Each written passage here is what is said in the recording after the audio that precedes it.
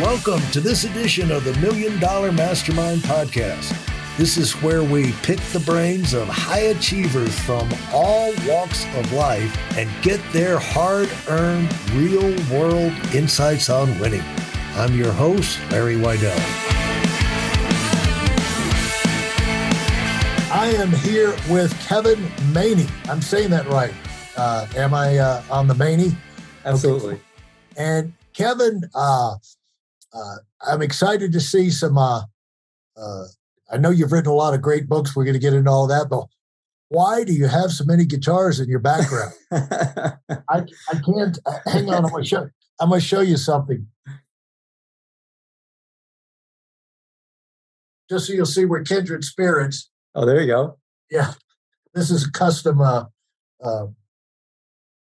very nice. out of the Gibson shop, Gibson custom shop, but I got a banjo, a master tone banjo hanging on the next to it. But anyway. Excellent. So have you been playing all your life? Yeah, I've been playing since I was a kid, some instrument or other. Uh-huh. And later in life, actually in my 40s, I ended up really getting into songwriting. And I've been in a couple of bands that both of them have lasted for a decade or more, that were really interested in just doing original material, which is not easy to find. Right. So we have a band in New York that plays regularly plays clubs around here. We're playing a lot of songs I write. We're playing some covers and things like that. But that's I notice you've got a lot of art stuff there. Needing that sort of form of expression, that other way of expression is wonderful to have, and that's my other way of expressing myself is through songs. Well, once we get some foundational things down, I'd love to talk about that because I think it adds a lot, especially rather than just plunk around the house. You put a band together and you go out and get in front of people, and you're taking it to another level, and it is part of having some fun, but also you learn stuff that relates and informs everything else you found to be true in your life. So how did you start off, Kevin? I mean, you've written many bestsellers. We're going to get into that. Describe yourself. What are you most proud of as far as your accomplishments that you would like, when you look back on it, the things that you felt the greatest about? Wow. Okay.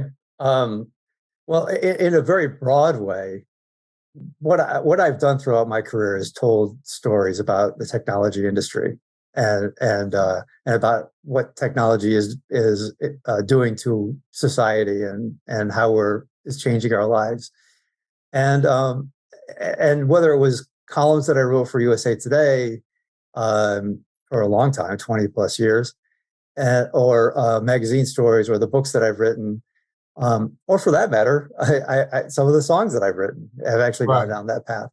But and then now in the later part of my career is working with startup companies to help them understand how to tell their stories and actually help them understand what their stories even are, because a lot of them don't know that. And seeing how much it helps them and helps the public understand what technology is all about, the players in it, how things work. I mean, that's been the sort of the high line of my whole career. Is that's what it's all been about, and the fact that I've had an impact of some sort doing that has been really satisfying. Yeah, and you've got, just one of your books, over 150,000 copies that we know of. The Play Bigger. Right. How powered streamers and innovators create and dominate markets. Is that the most recent one, or? No, I've published 3 books since. 3 books since. Yeah, but let's talk about that one for a second, because let's do it. Because Play Bigger changed my life more than a lot of things that have happened in my career. So first of all, just on the outcome side is that by far the best-selling book. In fact, now we put together that there are probably about 250,000 copies sold around the world. By far the best-selling book I've ever been a part of. But then Play Bigger proposed this concept that we called category design. And and now that has turned into a strategic advisory business. Startups, venture capitalists, whatever, read the book. They call us up and say, "Please help us do what you wrote about because it really works." I mean, I'm a writer. Like when I put this stuff down in paper, like I've been as surprised as anybody that the stuff actually works and changes, the way companies think about themselves. And now this whole thing has become a movement. There are like hundreds of people who describe their jobs as category designers based on what we wrote about. And in fact, just in the last couple of weeks, this new community launched called Category Thinkers. It has like 400 members of people who just are all believe in this stuff. So the impact of this thing has been phenomenal, beyond anything that I've ever been a part of. Now, did you create that term, category design? We did, yeah. So a little background story of the book was I had, by that point I'd written 4 or 5 books probably, and been a technology writer for ages. And, what does that mean? What does that mean? A technology writer? Yeah, sure. Let's go way back for a second. As I started. I grew up in Binghamton. Where are you from? Where were you? I grew up in Binghamton, New York. Okay. A small town, Binghamton, New York. So Binghamton, New York happens to be essentially the place where IBM started. There's a little town called Endicott right next door, and that's where the heart and soul of IBM was up until the 90s.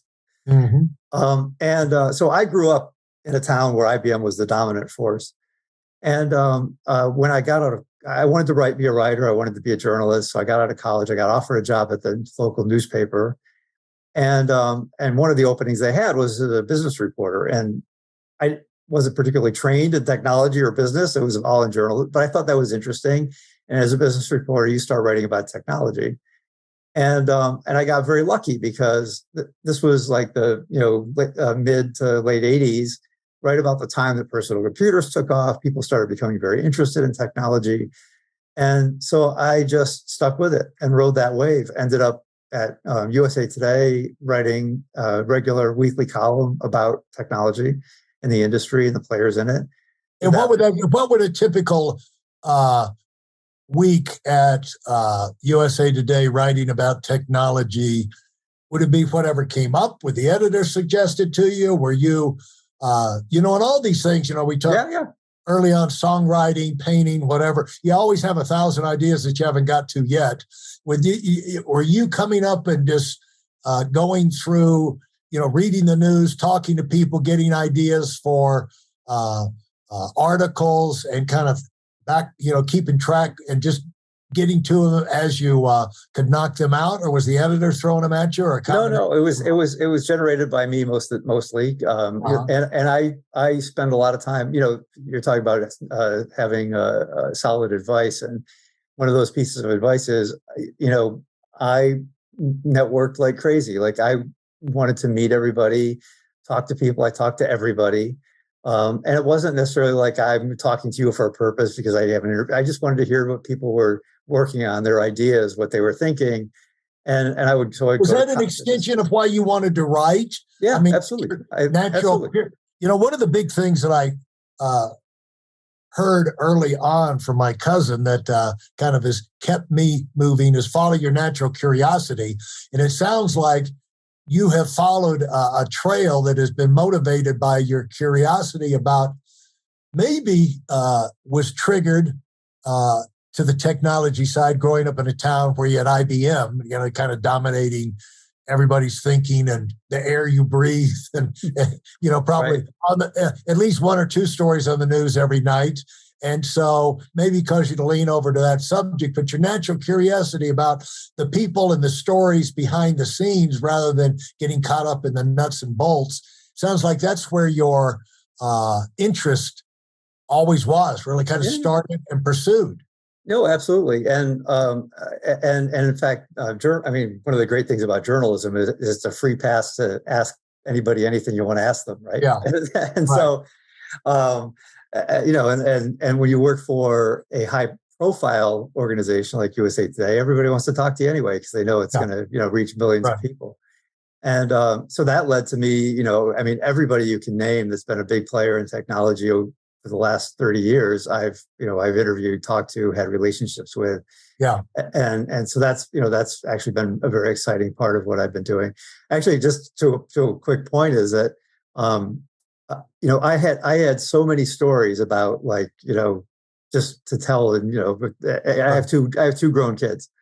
And my daughter, my oldest, also got into journalism. She works for a magazine in the UK.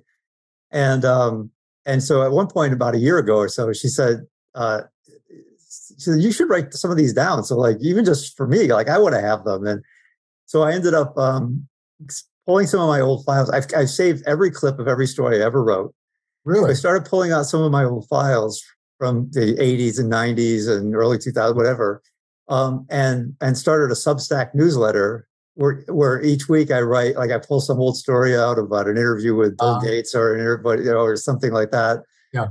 And write about what was going on at that time, and try to draw some lessons out about that that people could learn today. Yeah. And that's been actually great fun. It's like both getting a chance to reminisce, but also, like, put it in the context of what's going on now.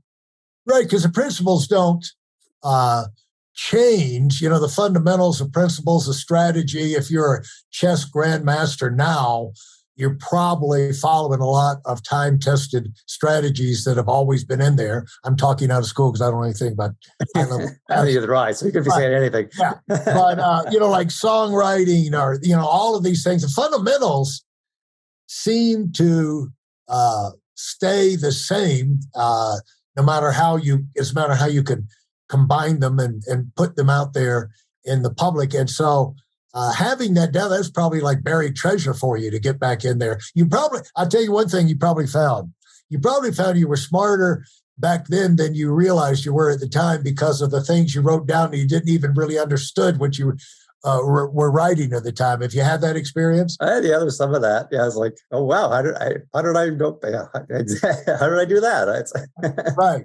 And so revisiting that, what a great thing to do. But the thing that is so helpful is to, I don't know if you have experienced this, but you'll make a point, you'll tell a story, and there'll be a big point in there, and it'll go right over most people's heads. And you'll, because you're familiar with it, what's behind it all. You'll think, man, this is going to be bullseye, but most of the time it goes right over their head, And so it really is helpful. I found it's really helpful to help go through that stuff again. Like you said, pull out the truths or pull out the fundamentals from some of these old articles, telling the stories, but help people understand. Here's how because it's one thing to know a fundamental, it's another thing how to apply it. And right. People get lots. That's the great thing about stories. You could hear all of the unlimited ways people have used these fundamentals to accomplish things, and that maybe they never thought about before. And so that's what's so good about writing these things, publicizing, explaining, and backing it up with a interesting story kind of keeps people engaged so they can stay with you long enough to get the point. So how do you unravel these, what's in your mind when you're out? Because obviously you hit a nerve with the way you wrote the book. Let's just stay with the bigger book. I've got other questions about that USA Today experience, but how did you, what was your intent? How did you picture it in your mind that you were going to be communicating these concepts that are really revolutionary type concepts when people read it and then they want to change their company, change themselves, and then it turned into them calling you up and say, help us do it, But what was in your mind? Because you obviously had a good idea about how to communicate that stuff. Well, here's what happened. So I wrote it, as you can see in the book cover, is with three other guys. All three of them had been technology company founders or CEOs or investors in some ways. Yeah. And then they had later in their careers started advising startups. And basically they had a few concepts. And one of the basic ones, and I'd known a couple of these guys for a long time, and we were talking about this over dinner one night. And by this point in time, too, I had been writing about tech for ages, and I knew I knew the trends, I knew how things were working. And so they had this one observation that was that in most markets today, it's always been true to some extent, but it's particularly now in digital markets like SaaS software, for instance, or apps that can on the web, that almost always it's a winner take all market category. Right. You get an Uber that takes like 75% of the share of the ride sharing on demand transportation category, Lyft taking 20%, and a bunch of hangers on with a little bit else. And that plays itself out over and over. In fact, there's been research by economists that have showed that this is the case. And so then if you actually think about that for a second logically, you think, well, if you're running a company or starting a company, why wouldn't you want to do everything in your power to be the one that wins a market category if the one who wins the market category is going to take 75% of the economics of the category? Correct. So then if that's the case, can we study companies that have done this and look at other research that others have done and try to reverse engineer how to do that? Right. How do you see a new market category in the first place? Once you see it, how do you set its rules and claim it so that people think that you're the one that's going to own it? And how do you roll that out to the market so that people start to believe you're going to be the winner of this category and really kind of carry that momentum and throughout the years? So the process of writing the book was actually a process of really thinking all that through and kind of doing this reverse engineering of all this. And there was no phrase called category design at that time, but there was actually one day that the four of us we always got together at one of the authors' houses in Santa Cruz and spent a few days just hammering out ideas once a month. And we were just talking this through about halfway through the book. We were like, what is this thing called that we're writing about? And Al Ramadan, who's one of the co-authors, had a long stint at the top of Macromedia. And Macromedia had created this idea called experience design, which since has become a thing. Like there's thousands of experienced designers out there in the technology world. And he was talking about, Al was sitting there going like, this sounds like, it feels a lot like a discipline, like experience design was when we created it back then. And I don't know, I can't even remember. They credit me with piping up and saying, but it's about categories. It's category design. And everybody's like, yes, that's it. So we gave it a name, category design. And it really is, it's about how to identify and then define and hopefully win a market category over time. And that's what the book is about. And it's kind of a playbook for doing that. So the whole process of talking all this through is how we kind of came to all these concepts. And then I'm the writer of the group. So I was the one who was going home after these big discussions, putting it down on, on you had to go to work after the great session. Yeah. And, and then, whatever it was, 12, 14 months later, we had a book.